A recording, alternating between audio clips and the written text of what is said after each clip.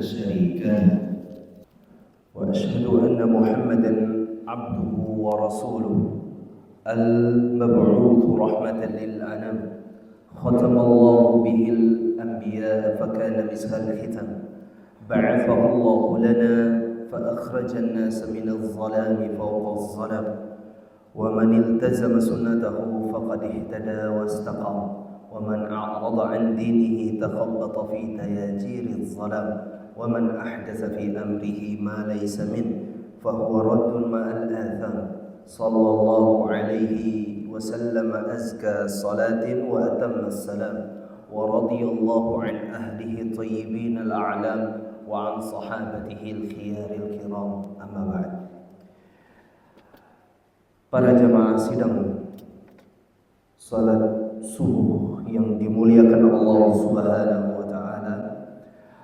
Alhamdulillah, di pagi hari ini atau di subuh hari ini Allah masih memberikan kepada kita kesempatan untuk kita sama-sama mencari ilmu, untuk kita sama-sama menambah kapabilitas kita dalam keilmuan agama, dan juga Allah memberikan kepada kita juga kesehatan, di mana di era yang mungkin saat ini banyak orang yang sangat sulit untuk beribadah karena mereka dikurangi sisi nikmat sehat pada hidupnya. Namun Allah memilih kita untuk tetap sehat dan juga kita diberikan kesehatan hati untuk terus menempatkan diri kita dalam ibadah kepada Allah Subhanahu wa taala. Kemudian salawat juga salam kita curahkan kepada baginda Rasul sallallahu alaihi wasallam, kepada keluarganya, para sahabat, serta orang-orang yang mentaati peraturan-peraturan baginda Rasul hingga hari kiamat nanti. Tema kita pada subuh hari ini adalah Allah jaga hingga tua. Di sini jamaah sekalian yang dimuliakan Allah, kita akan membahas salah satu dari nama dan sifatnya Allah yang mulia, yaitu Al-Hafidh. Kalau kita sedang membahas tentang Allah atau kita membahas tentang salah satu dari Asmaul Husna wa Sifatul Ulya, maka hal yang paling penting kita hadirkan adalah sisi keimanan. Itu dulu. Kenapa?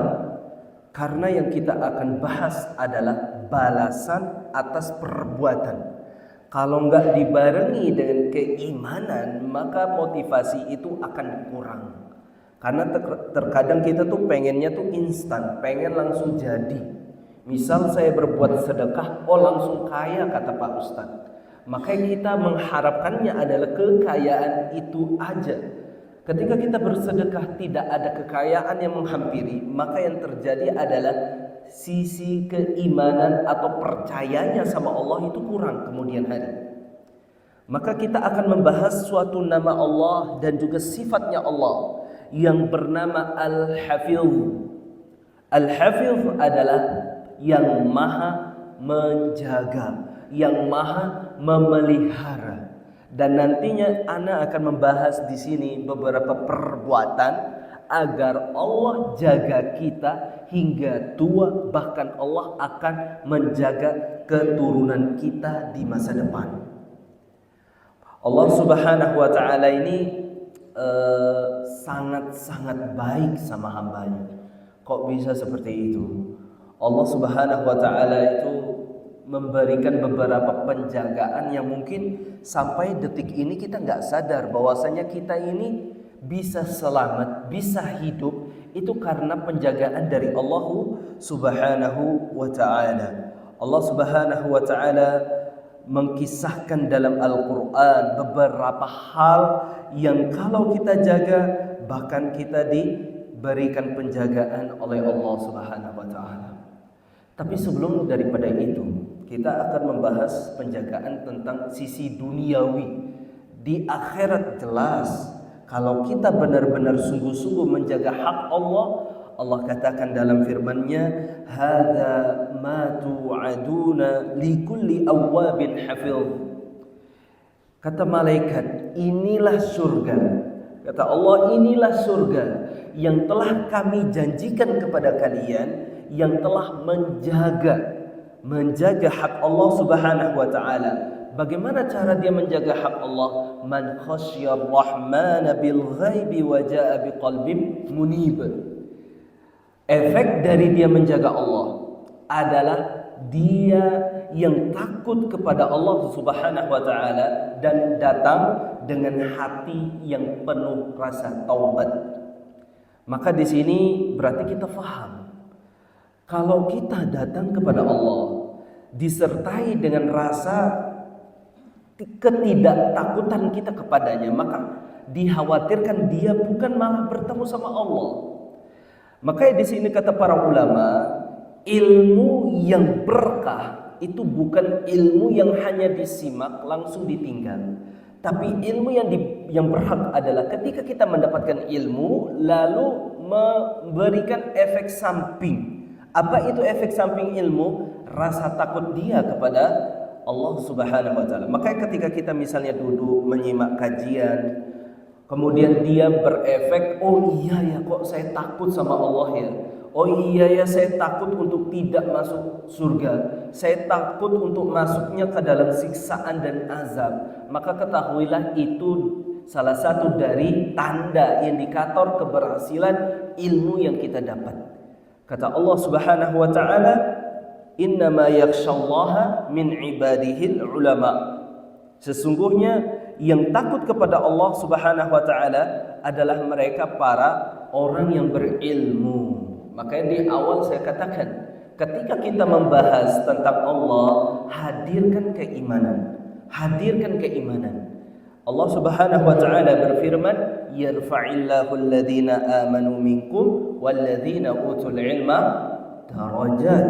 Sesungguhnya Allah Subhanahu wa taala mengangkat orang-orang yang beriman di antara kalian dan orang yang memiliki ilmu beberapa derajat.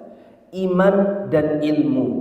Kalau antum mau mendapatkan iman sejati, maka nuntut ilmu dulu caranya. Kalau antum mau mendapatkan ilmu yang hakiki, maka hadirkan keimanan saat kita menghadiri majelis ta'lim. Baik.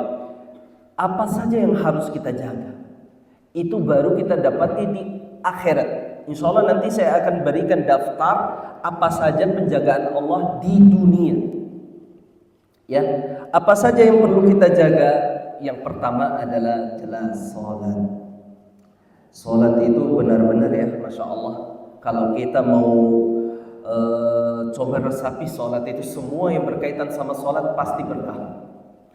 Ya, orang yang misalnya dia wudu, habis dia wudu dia berdoa. Doa apa? Doa setelah wudu. Dia bertasyahud, dia bersyahadah dulu, asyhadu an la ilaha illallah wahdahu la syarikalah wa asyhadu anna Muhammadan abduhu wa rasuluh. Allahumma ja'alni minat tawwabin wa ja'alni minal mutatahhirin. Terus kata Rasulullah sallallahu alaihi wasallam, barang siapa yang berdoa, berwudu, kemudian dia menyempurnakan wudunya, kemudian dia berdoa setelah wudu, Allah tawarkan 8 pintu surga untuk dia kebuka. Ini wudu tentang salat. Kemudian ada lagi yang mengatakan bahwasanya doa setelah azan juga seperti itu.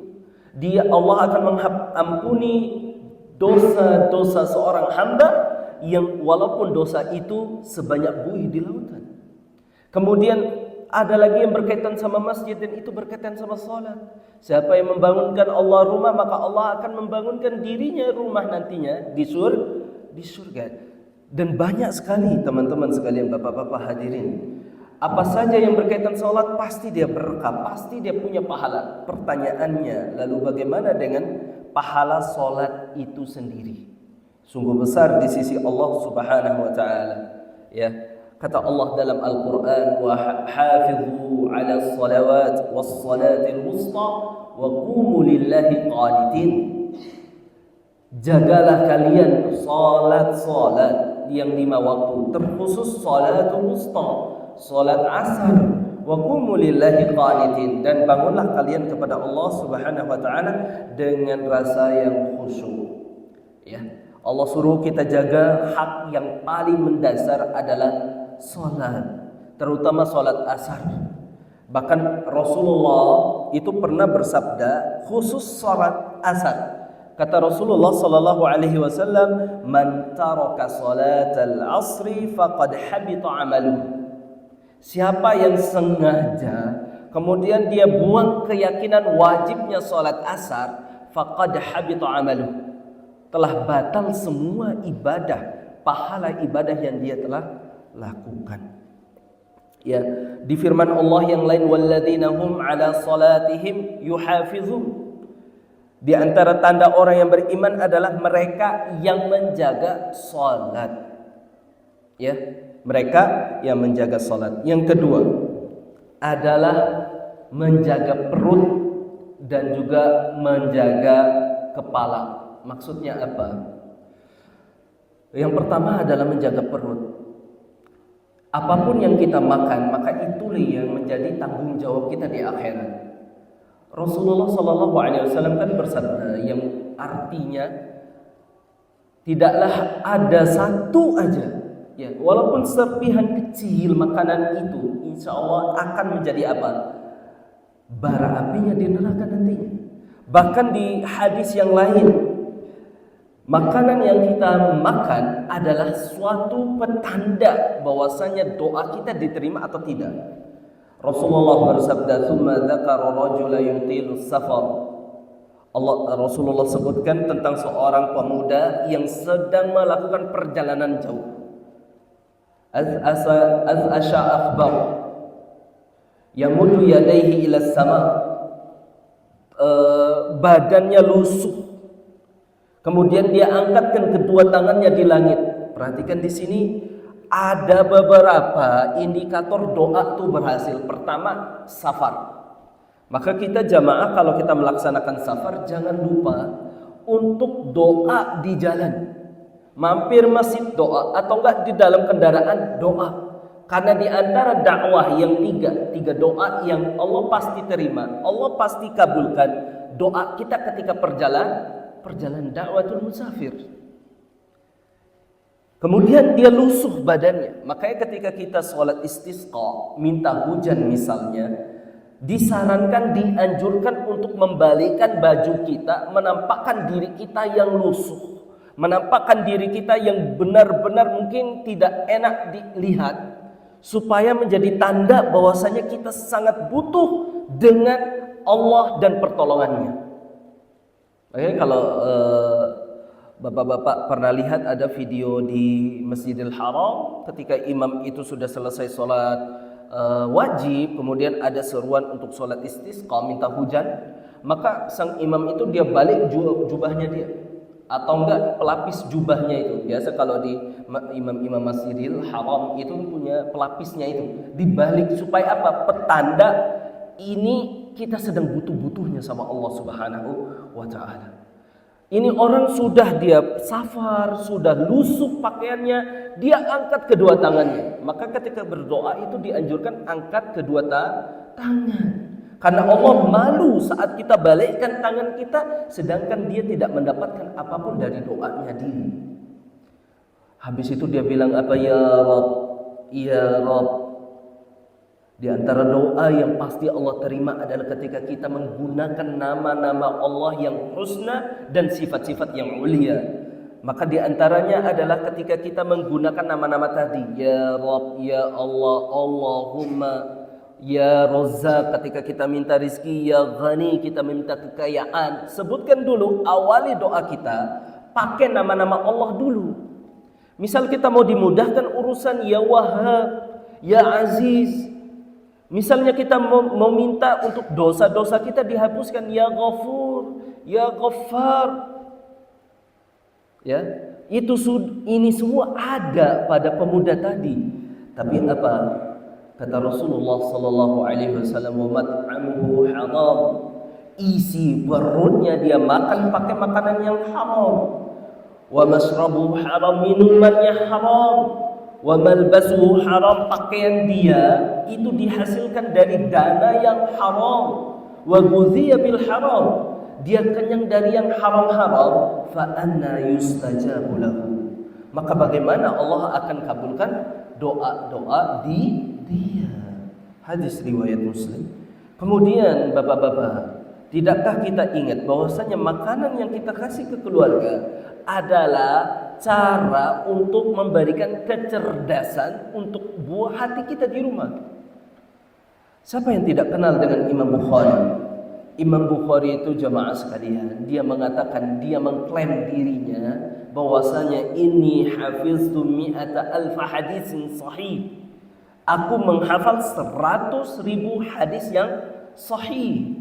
Wa inni hafiztu mi'atai alfa hadisin ghairi sahih. Sesungguhnya aku juga menghafal 200.000 hadis yang tidak sahih.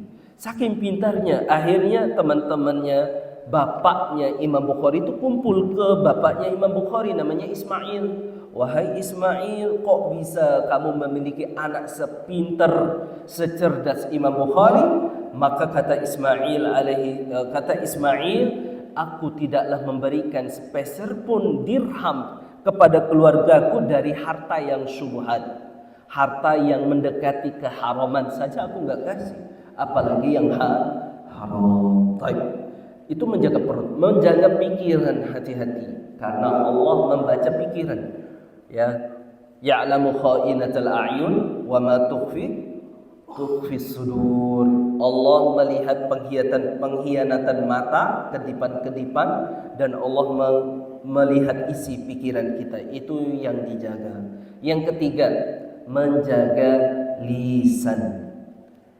Ya, karena Rasulullah sallallahu alaihi wasallam bersabda, "Man yatman li ma baina lihiyatain wa ma baina rijlain," kata Rasulullah sallallahu alaihi wasallam, "atman lahul jannah."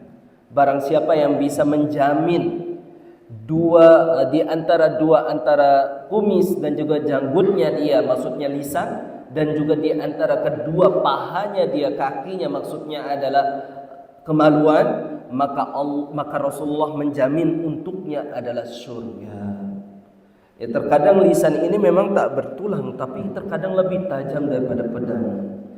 Ya, lewat lisan adanya ghibah, lewat lisan adanya namimah, adu domba, lewat lisan adanya kedustaan, kebohongan, lewat lisan adanya janji yang tidak ditepati, lewat lisan adanya kebohongan-kebohongan yang akan menjerumuskan manusia dalam kehancuran. Rasa qanaah, lewat lisan dia mengurutu. Semuanya berawal dari lisan. Maka hati-hati saat kita mempergunakan lisan. Yang keempat adalah menjaga, kemaluan. Ya, menjaga kehormatan. Rasul atau Allah Subhanahu wa taala telah memuji orang yang menjaga kemaluannya. Allah Subhanahu wa taala berfirman, "Qul lil mu'minina yaghudduna min absarihim wa yahfadhu furujahum. Dzalika azka lahum, innallaha khabirum bima ta'malun." Katakanlah wahai Muhammad kepada orang-orang yang beriman agar mereka tundukkan pandangan mereka, karena sumbernya dari mata. Sumbernya dari mata. Wa yahfadhu furujahum, dan jagalah untuk mereka itu apa? Kemaluannya mereka. Itu lebih suci, kata Allah Subhanahu wa taala. Maksudnya adalah kalau saja kita bisa menjaga mata, kemudian menjaga, mohon maaf, kemaluannya, maka ini yang akan menjadi kesucian kita dari dosa-dosa. Apalagi yang untuk yang laki-laki misalnya, ya, apalagi yang untuk laki-laki, masya Allah. Kalau kita sudah membersihkan diri kita dari dosa yang seperti ini, insya Allah kita akan dijaga sama Allah Subhanahu wa taala. Dan beberapa ayat ya, Allah katakan dalam Al-Quran di ayat yang lain, "Walladzina hum li furujihim hafizun." Bukan hanya satu kali. Di antara tanda orang-orang yang akan memasuki surga Firdaus Al-A'la adalah mereka yang berhasil di dunia menjaga kemaluan. Ya. Dan selanjutnya adalah menjaga agama dan tauhid. Ini sulit. Ya. Untuk sebelum itu kata Imam Bukhari rahimahullah, az-zawaj 'inda al-fitan aujaba min al-hajj. pernikahan di saat zaman penuh fitnah itu lebih wajib daripada haji. Maksudnya apa? Sekarang para pemuda terutama orang-orang yang Allah berikan masa produktivitas yang paling tinggi saat ini mungkin diwajibkan untuk mereka untuk segera menikah. Kenapa? Tadi balik lagi ke ayat tadi, adalah menjaga kehormatan. Kalau kita misalnya melihat sisi kiri, kanan, atas, belakang kita penuh dengan fitnah, maka lebih baik kita menjadikan anak-anak kita ini tamengnya. Kata Rasulullah sallallahu alaihi wasallam, ya ma'syaras syabab, man istata'a minkumul ba'a falyatazawwaj, wa man lam yastati' fa alaihi bisyam fa inna lahu wija. Wahai para pemuda, jikalau kalian dimudahkan untuk bernikah, kau sudah punya sedikit tabungan harta, kau sudah punya ilmunya, maka disarankan untuk apa? Menikah. Kalau nggak mampu, berarti silakan berpuasa. Inilah tamengnya. Baik, kita masuk ke penjagaan yang selanjutnya, yaitu jaga agama secara umum, jaga keimanan dan tauhid. Ya, apalagi dari kesyirikan. Allah Subhanahu wa taala berfirman, "Inna syirka la zulmun azim." Ya. Kemudian siapa saja yang menjaga hak Allah, maka balasan yang paling utama adalah Allah pasti menjaganya. Bagaimana cara Allah menjaganya? Ya, apapun yang kita lakukan pasti ada bayarannya. Kata Allah Subhanahu wa taala, "Fazkuruni azkurkum." Kalau kalian mengingatku, aku yang akan mengingat kalian. Wa aufu bi'ahdi ufi bi'ahdikum. Tunaikan janjiku, maka aku akan tunaikan juga semua janji yang ada. Tunaikan semua hakku, maka Allah akan tunaikan semua hak kita sebagai hamba. In tansurullaha yansurkum.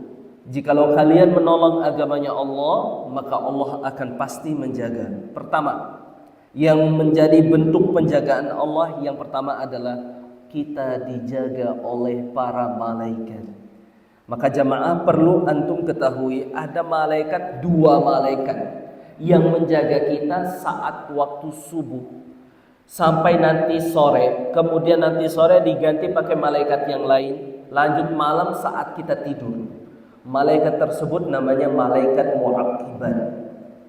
Ya, apa itu mu'aqibat? Allah Subhanahu wa taala berfirman, "Walahu mu'aqibatu min baini yadayhi wa min khalfihi yahfazunahu min amrillah." Setiap manusia insan tuh punya malaikat.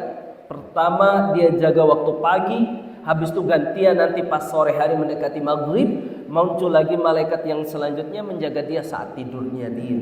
Malaikat mu'aqibat, kalau bapak-bapak pernah rasakan mungkin firasat, ya mungkin seperti ini, insting. Misalnya saat kita sedang di jalan, kemudian ada anak-anak kecil dia mengendarai sepeda, secara spontanitas kita menghadap ke belakang, padahal mungkin kita nggak fokus di jalan ramai, tiba-tiba menghadap ke belakang sekian detik. Maka itulah pemberitahuan dari malaikat mu'aqibat dan kita harus percaya. Ya. Allah, kalau kita menjaga agamanya Allah kirimkan dua malaikat ini.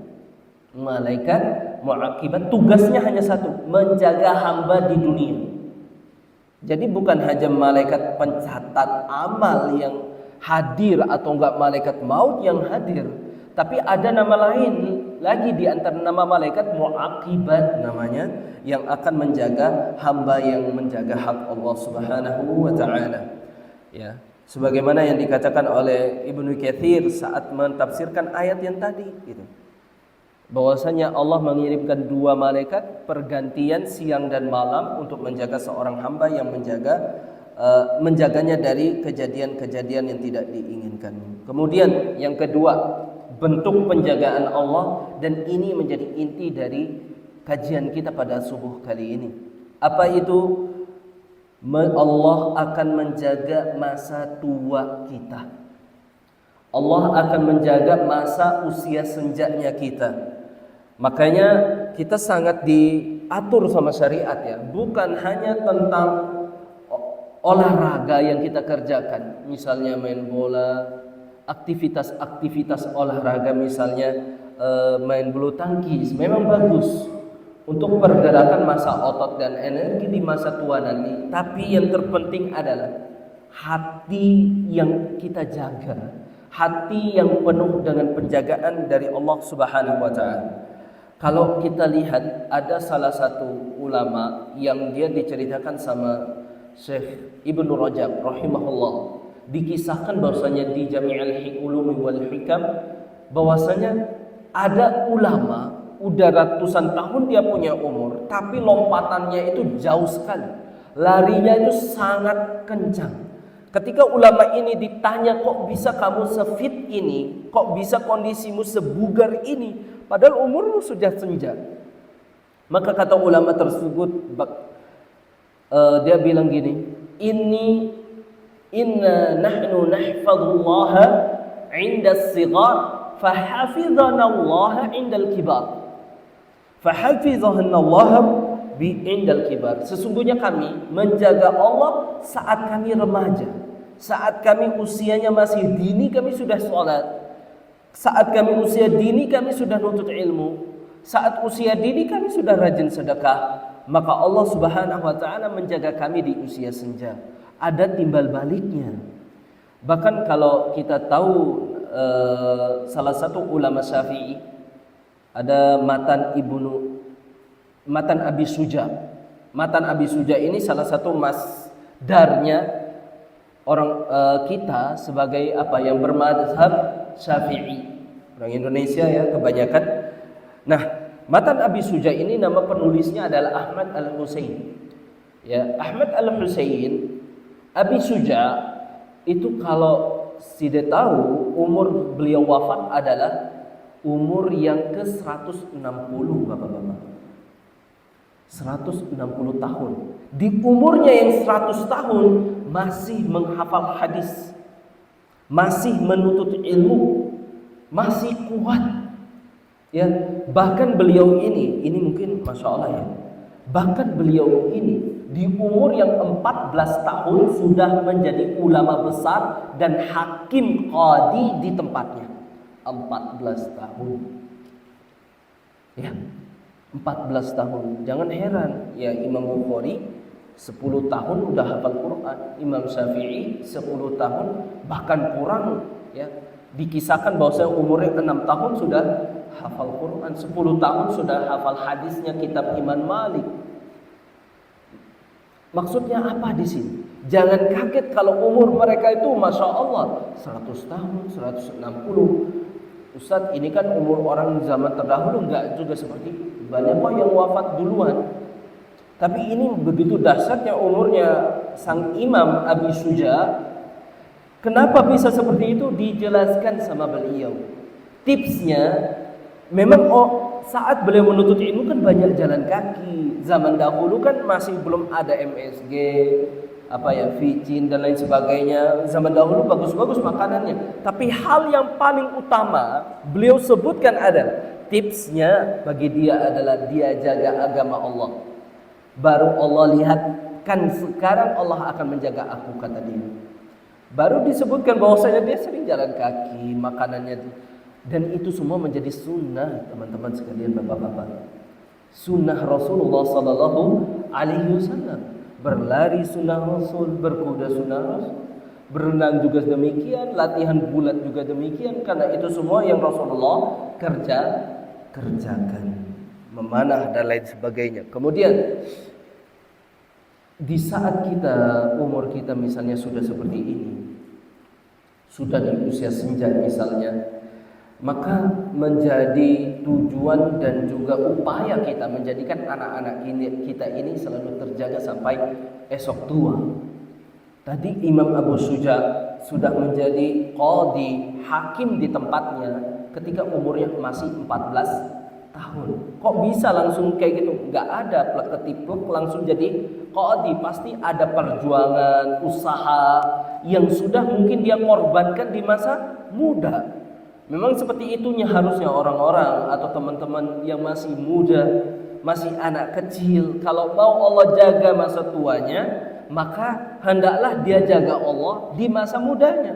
Ihfazillah yahfazka. Bapak-bapak tahu nggak hadis ini disampaikan oleh Rasul kepada Ibnu Abbas radhiyallahu anhuma. Saat itu umurnya Ibnu Abbas masih belasan tahun. Mana ngerti mungkin dia apa ya disuruh jaga Allah. Masa Allah yang maha besar dijagain. Mana mengerti beliau itu bahwasanya yang dijaga itu adalah agama. Ketika beliau Ibnu Abbas tersadarkan saat dewasa, oh iya, saat dewasanya dia sampaikan ilmu ini kepada murid-muridnya para tabi'i, maksudnya adalah menjaga hak Allah Subhanahu wa ta'ala. Makanya nantinya kalau antum ingat sahabat Usamah bin Zaid menjadi pemimpin perang, panglima perang saat umurnya masih 18 tahun. Atau enggak Nabi Ibrahim deh, mulai berdakwah umurnya beliau masih belasan sampai 20-an tahun. Bahkan sahabat Atha bin Asid saja menjadi gubernur kota Mekah pertama kali saat Fathu Mekahnya Nabi Muhammad, umur beliau masih 20-an tahun. Kenapa?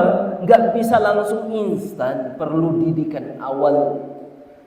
Yang paling mujarab adalah didikan saat dia masih usia belia, supaya terbiasa terdidik, sehingga nanti insya Allah di masa tuanya Allah akan menjaganya. Barakallahu fiik. Kemudian penjagaan yang ketiga adalah penjagaan keturunan.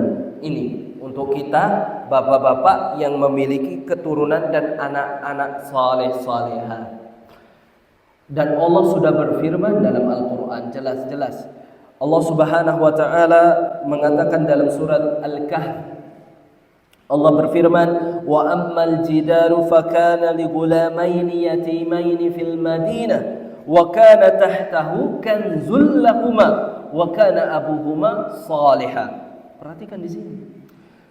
Sesungguhnya ketika nanti Nabi Musa dan Nabi Khidir dia mendatangi suatu kampung wilayah, sunnahnya di zaman dahulu adalah meminta untuk dimuliakan, dijamu. Tapi masyarakat kampung itu nggak mau menjamu mereka dari jauh nih. Akhirnya apa Nabi Khidir alaihi salam, dia mendatangi suatu rumah itu mau roboh, dindingnya hampir jatuh. Nabi Khidir menahannya. Kemudian Nabi Musa heran, kenapa kau tahan itu dinding rumah orang? Bukankah mereka ini masyarakat kampung ini nggak mau menjamu kita? Ya, akhirnya ditahan, dibantu sama Nabi Musa. Nabi Khidir mengatakan, alasan aku tadi menahan dinding adalah ini rumah milik anak yatim, 2 anak yatim. Anak yatimnya sudah di luar rumah, mereka nggak sadar rumahnya mau roboh. Wa kana tahtahu kanzul lahuma. Di rumah ini ada harta yang Allah simpan dari bapaknya, mamanya, anak yatim ini. Alasannya kenapa? Bisa-bisanya Allah kirimkan bukan orang biasa untuk menjaga harta anak tersebut. Bisa-bisanya Allah Subhanahu wa ta'ala mengirimkan 2 nabi langsung sekaligus untuk menjaga rumahnya, dan yang isi dalam rumahnya adalah harta mereka. Kenapa? Wa kana abuhuma salihah. Kedua orang tuanya itu saleh. Bapak-bapak harus yakini penjagaan kita terhadap anak pasti terbatas. Ima suatu saat nantinya kita akan misalnya ada kekurangan, atau misalnya na'udzubillah ada penyakit, atau summa na'udzubillah misalnya kita yang mendahului. Risih terkadang kalau kita pikirkan, lalu kalau saya duluan, siapa yang jaga anak-anak kita? Kalau kita misalnya kurang-kurangan, kok bisa nggak kita maksimalin untuk jagain mereka ini sampai mereka tumbuh dewasa misalnya? Maka yakinilah saat kita ini menjaga Allah, kita punya ibadahnya rajin sholat, kita punya hartanya rajin sedekah, kita punya apapun dari segi ibadah, misal hatta sering senyum misalnya, maka nantinya Allah akan memberikan penjagaan kepada keturunan dan anak-anak kita yang soleh-soleh. Ya, seperti ini bukan Masya Allah ya, sampai ada ulama yang mengatakan Inni la azidanna fi salati kay uhfidha fika Allah. Aku senantiasa menambahkan rakaat salatku. Misal dia terus mendapatkan salat subuhnya 2 sampai 8 rakaatnya, dia terus menambahkan salat misalnya salat malamnya 1 sampai 11 rakaatnya.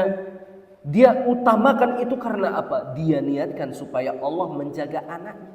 Sa'id bin al-Musayyib mengatakan demikian. Maka kita mengharapkan juga boleh seperti itu. Mungkin kita capek bekerja bapak-bapak, kita pulang rumah enaknya itu sandarin badan, kemudian kita berbaring saking capeknya. Tapi ingatlah satu hal, ibadah yang kita lakukan saat nantinya kita memang di masa capeknya, lelahnya, ibadah ini yang akan menjadi tameng anak-anak kita di masa depan. Kita butuh penjagaan dari Allah Subhanahu wa taala, dan ini suatu kepastian. Ya, makanya banyak sekali kisah para ulama, ya. Kemudian salah satunya adalah ada perkataan yang ini diceritakan sama Syekhul Islam Ibnu Rajab lagi. Dia mengatakan bahwasanya ada ulama, dia itu terkenal dengan ucapannya yang ya ini masyhur sebenarnya. Dia mengatakan kullama anni a'si Allah fawajadu ma wajada fi khadimi wa dabbabati. Ketika aku bermaksiat kepada Allah, maka pasti akan temukan ada pergerakan-pergerakan aneh yang dilakukan sama anak istriku, atau mungkin kendaraanku tiba-tiba rusak. Maka ketika nantinya kita temukan di rumah istri sudah mungkin tidak seperti biasanya, harus beliau biasanya senyum, kemudian tiba-tiba cemberut, ya tiba-tiba keluh kesahnya banyak, atau enggak tiba-tiba banting apa gitu kan, ya di rumah mungkin tidak baiklah. Maka perhatikanlah, itu mungkin karena kita yang kurang menjaga Allah Subhanahu wa taala, atau anak-anak kita yang misalnya suatu saat melakukan kenakalan yang mungkin kita nggak pernah bayangkan sebelumnya. Maka jangan salahkan dulu anak-anak kita. Siapa tahu ini adalah efek dosa penjagaan yang kita nggak lakukan dari hak Allah Subhanahu wa taala. Penjagaan Allah yang selanjutnya adalah penjagaan Allah dari mara bahaya. Nah, ini yang benar-benar harus ya kita tahu. Ada salah satu ulama namanya itu Ibrahim bin Adham. Ibrahim bin Adham ini pernah jalan ke kebunnya sama muridnya. Akhirnya sang imam itu minta izin untuk tidur di kebunnya tersebut. Nah, sang murid itu menjaga kebunnya, gurunya. Ketika sang murid ini bangun, dilihat ada ular yang berbisa. Kalau disebutkan dalam riwayat ini ekornya gerak-gerak. Jadi kalau lihat ekor yang gerak-gerak, anak nggak tahu itu bisanya seberapa sakit atau nggak seberapa negatifnya bisanya itu. Cuma dilihat ekornya itu gerak-gerak di atas mulutnya sang imam Ibrahim bin Adham. Ya. Tapi apa yang terjadi? Ini ular hanya mengelilingi badannya, mulutnya, mukanya dikelilingi, habis itu ke perutnya. Pagi harinya itu ular sudah hilang. Padahal malam harinya dia singgap di badannya Ibrahim bin Adham. Ya, Ibrahim bin Adham ini bagi yang nggak tahu, ini salah satu ulama besar, seorang alim ulama yang terkemuka. Ada lagi kisah lain dari sahabat Rasul yang bernama Safinah. Safinah ini pernah dia terdampar di suatu pulau yang tidak berpenghuni. Ya. Dan dia masuk ke pulau itu sampai nggak habis persediaan makanan, minumannya. Dan dia nggak tahu cara keluar dari pulau itu. Pulaunya besar, hutan, tapi dia nggak tahu cara keluarnya. Sedangkan pasokan makanannya udah habis. Kemudian kata Safinah radhiyallahu anhu, aku tiba-tiba didatangi oleh seekor singa. Ini sahih. Ya. Aku didatangi seekor singa, kemudian singa itu tidak memakanku atau mengancam keberadaan. Kata Safinah, yang dilakukan sama singa tersebut adalah dia berjalan secara perlahan seakan-akan ingin mengarahkanku untuk keluar dari pulau. Kemudian diarahkan benar-benar diikuti. Ekor singa tersebut diikuti sampai ketemu sama pantai. Kemudian singa itu dia balik arah, terdiam sebentar, kemudian menggaung. Dia mengatakan seakan-akan dia mengucapkan kalimat perpisahan. Jadi apa? Yang terpenting adalah saat kita menjaga Allah, Allah akan jaga kita di dunia ini jamaah yang dimuliakan Allah Subhanahu wa taala. Yang terpenting lagi daripada itu adalah penjagaan dari sisi agama dan keimanan. Apalagi kita yang hidup di era yang seperti ini. Fitnah di mana-mana. Kata Rasulullah sallallahu alaihi wasallam, ya bahwasanya fitnah ini seperti kegelapan. Maksudnya kegelapan adalah kita bahkan nggak tahu apa yang kita sentuh ini boleh atau tidak. Saking banyak sekali ini fitnah. Dikit-dikit kita temukan Allahu Akbar, astagfirullah. Apa yang kita dengar mungkin ghibah, namimah, apa yang kita lihat mungkin aurat orang lain. Apa yang kita sentuh mungkin bukan barang milik kita. Apa yang kita tuju pakai kaki kita ada tempat-tempat yang Allah larang misalnya. Dan barang siapa yang menjaga Allah Subhanahu wa taala, maka Allah akan menjagakan semua badan-badannya dia. Maka hadirin sidang salat sidang salat subuh yang dimuliakan Allah Subhanahu wa taala, kalau kita menjaga Allah, Allah pasti akan menjaga semua-muanya itu yang kami sebutkan. Pertama, Allah jaga agama dan keimanan. Kedua, Allah akan menjaga usia senjanya kita. Ketiga, Allah akan menjaga anak keturunannya kita. Kapan Ustadz akan diberlakukan Allah akan balas penjagaan itu? Pertama, hadirkan kepercayaan terlebih dahulu. Kedua, pantaskan dulu keimanan. Ketiga, baru kita berharap kepada Allah atas penjagaannya. Mungkin ini kajian yang bisa Ana sampaikan pada subuh kali ini. Semoga Allah Subhanahu wa taala menjaga kita dari pagi sampai nanti malamnya. Karena apa? Kita bisa memegang hari ini, kita genggam ketentuannya saat kita di pagi hari ini jamaah sekalian. Kalau pagi hari ini bisa kita jaga, maka Allah akan jaga sampai malam nantinya. Ya, kata Rasulullah sallallahu alaihi wasallam, Allahumma barik li ummati fi bukuriha. Ya Allah, semoga Engkau berikan keberkahan untuk umatku di waktu paginya. Apalagi saat ini hujan itu turun jamaah. Dan di antara sebab hujan doa akan diterima sama Allah, cepat dikabulkannya saat kita berdoa di kala hujan. Maka ana sebagai penceramah pada subuh kali ini berdoa kepada Allah Subhanahu wa taala agar Allah maafkan dulu dosa-dosa kita.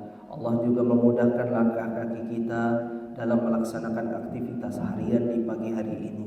Dan semoga Allah memberikan penjagaan terbaik untuk kita dan anak keturunan kita yang saleh dan salihah. Terakhir, semoga Allah menjaga dunia dan akhirat kita. Naktafi bihadzal qadar.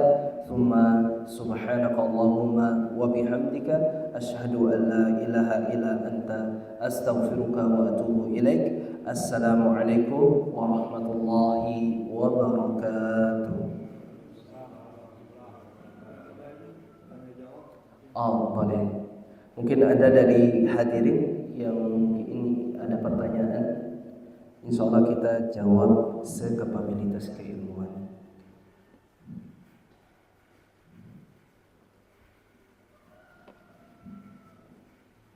Baik. Tidak ada? Ada? Boleh.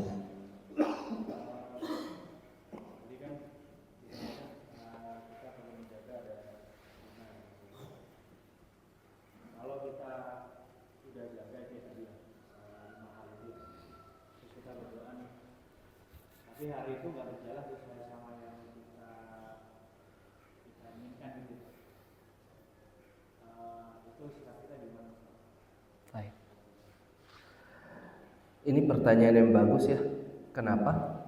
Semua kita itu sudah sering berdoa, namun mungkin seberapa persen sih Allah kabulkan doa kita? Itu memang menjadi satu ujiannya orang yang beriman. Apakah kita masih percaya sama penjagaan-penjagaan yang tadi atau enggak? Ini kan surga dan neraka itu masih gaib ya, masih belum kita lihat. Apakah kita masih mau percaya tentang surga dan neraka dan lain sebagainya? Dan kebanyakan kita tuh pengennya langsung instan, pengen langsung di hadapan mata kita langsung jadi. Tapi itu nggak apa-apa, itu manusiawi. Apa sikap kita? Rasulullah Shallallahu Alaihi Wasallam itu mengatakan tidaklah seorang hamba itu berdoa kecuali Allah akan kabulkan doanya pasti. Bahkan kalau kita nggak berdoa itu man lam yad'uillah yaghdab alaihi. Siapa yang tidak berdoa sama Allah, Allah akan marah. Terus bagaimana Ustaz? Kita berdoa tapi seberapa persen sih Allah akan jawab? Apa sikap kita? Pertama, hal yang perlu kita ketahui adalah dosa. Di antara efek samping dosa itu dihalangi kita dari kemustajaban doa. Mungkin kita doa yang pertama itu ada dosa yang sedang dihapuskan. Karena apa? Tameng dari penghalang dari doa itu adalah dosa. Nggak apa-apa, doa aja terus, ketuk aja terus pintu langit.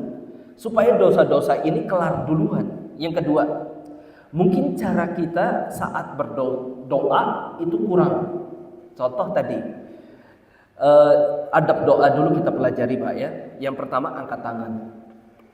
Yang kedua, itu jangan langsung minta to the point. Ya Allah, langsung saja ya Allah kaya ya Allah. Ya Allah seperti kemarin ya Allah nggak perlu ribet. Ini doa yang mungkin gak akan pernah Allah kabulkan karena kita gak sopan.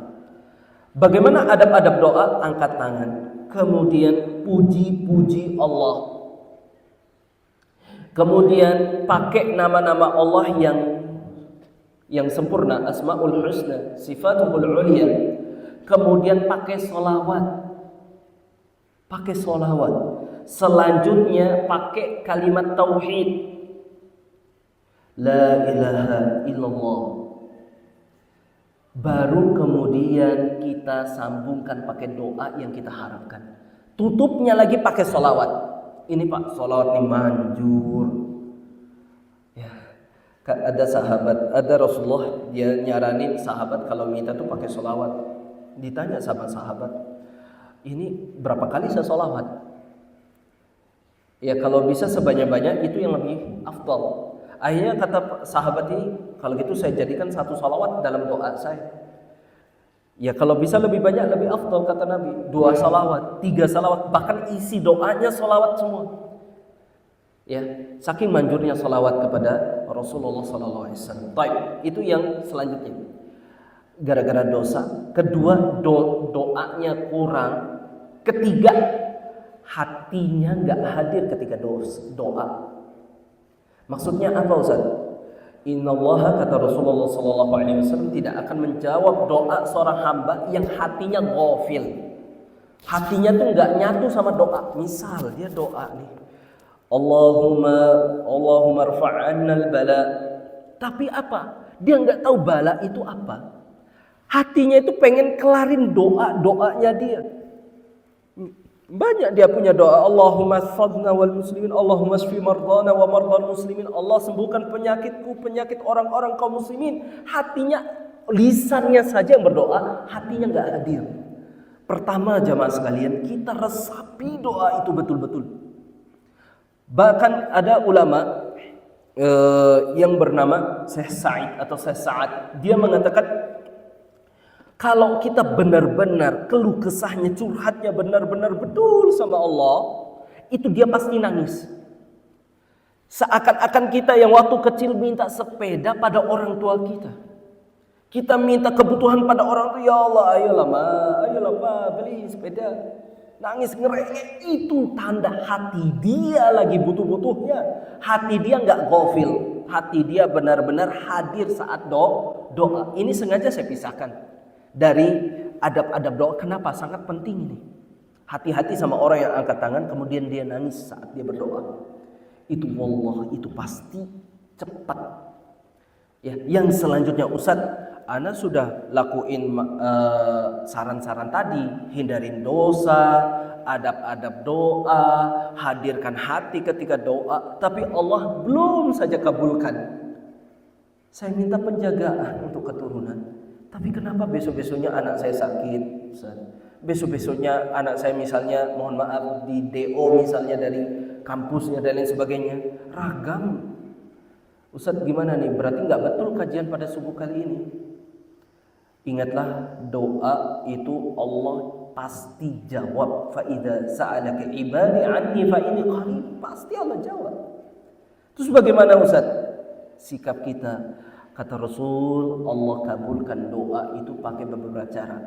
Pertama, Allah langsung kabulkan di tempat itu, di zaman itu, di waktu itu secara cepat.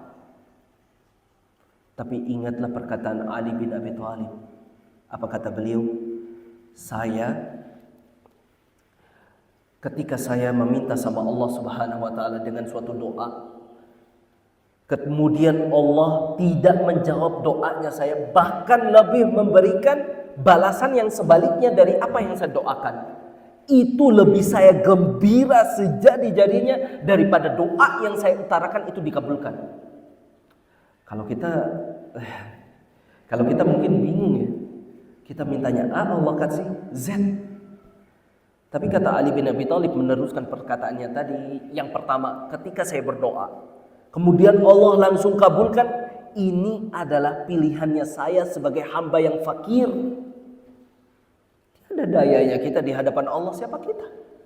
Tapi ketika saya berdoa lalu Allah kasih yang lain, itu adalah pilihan Allah, zat yang memegang dunia berserta isinya. Pilihan Allah lebih baik. Tapi ingatlah, ketika kita ini berdoa, Allah kabulkan. Kemudian kata Rasul sallallahu alaihi wasallam, Allah akan berikan bingkisan yang lain dengan cara yang terbaik. Contoh, sebenarnya ditakdirkan kita di hari ini dapat malapetaka, na'udzubillah. Semoga Allah jaga kita. Tapi Allah mendengarkan doa-doa kita, mendengarkan doa orang tua kita, sehingga kabar atau kejadian buruk yang berlaku di hari itu gak kejadian gara-gara kehalang sama doa. Ya misalnya kita harus berpenyakitnya fatal sekali, tapi kita Masya Allah kita sudah melewati beberapa rintih hujan, kita sudah mendengarkan kabar-kabar yang buruk di luar sana, tapi kita selamat. Itu mungkin karena doa kita yang Allah berikan lewat bingkisan-bingkisan yang lain. Jadi Allah tetap jawab di dunia, tapi bukan Allah berikan itu seperti doa yang kita minta. Allah berikan sesuai dengan apa yang kita butuhkan di hari itu. Allah jaga kita pakai cara yang lain. Terakhir, doa-doa kita tuh disimpan di akhirat, Pak. Bapak mintanya misalnya kekayaan, Allah simpan kekayaan itu di surga dulu, supaya bapak kekayaannya lebih kaya daripada orang lain. Bapak yang hari ini misalnya minta anak nih, tapi Allah belum kabulkan, Allah simpan nanti Pak di surga. Bapak yang misalnya minta inilah itu, Allah tabung istilahnya. Dan ketahuilah, hasil tabungan di surga itu jangan dibayangkan seperti di dunia. Mungkin ribuan kali lipat lebih indah di sana, Pak. Ribuan kali lipat. Kan kita pernah dengarkan hadis orang yang masuk ke dalam surga itu di dunia penuh dengan siksaan, baru 1 detik dia dikeluarkan dari surga. Ditanya, antum pernah dapatkan rasa sakit nggak di dunia? Nggak pernah. Karena apa? Yang dia lihat, yang dia dengar langsung masuk surga, itu kejadiannya tuh berapa kali lipat lebih indah daripada apa yang dia lakukan di dunia. Jadi ada 3 cara Allah membalas doa. Pertama, langsung Allah kabulkan. Kedua, Allah ganti yang di dunia ini dengan bingkisan yang lebih indah. Kemudian yang terakhir, Allah simpan doa-doa kita untuk kita dapatkan nanti di akhirat. Barakallahu fikum. Ada lagi kira-kira? Gimana Pak Arif? Masya Allah. Ini saya ingin membuktikan lagi penjagaan Allah ya. Qadarullah, ini bukan saya sengaja nggak pakai songkok atau tokiyah, karena mungkin tadi buru-buru Pak hadir, Masya Allah dengan semangatnya dia jatuh tokiyahnya. Ini waktu pagi sudah terang. Kalau saya balik masih Tokiyah itu masih ada kira-kira di jalan, berarti Allah yang jaga Tokiyah itu. Ya, semoga saja, ya, masya Allah ini kerekam lagi ya.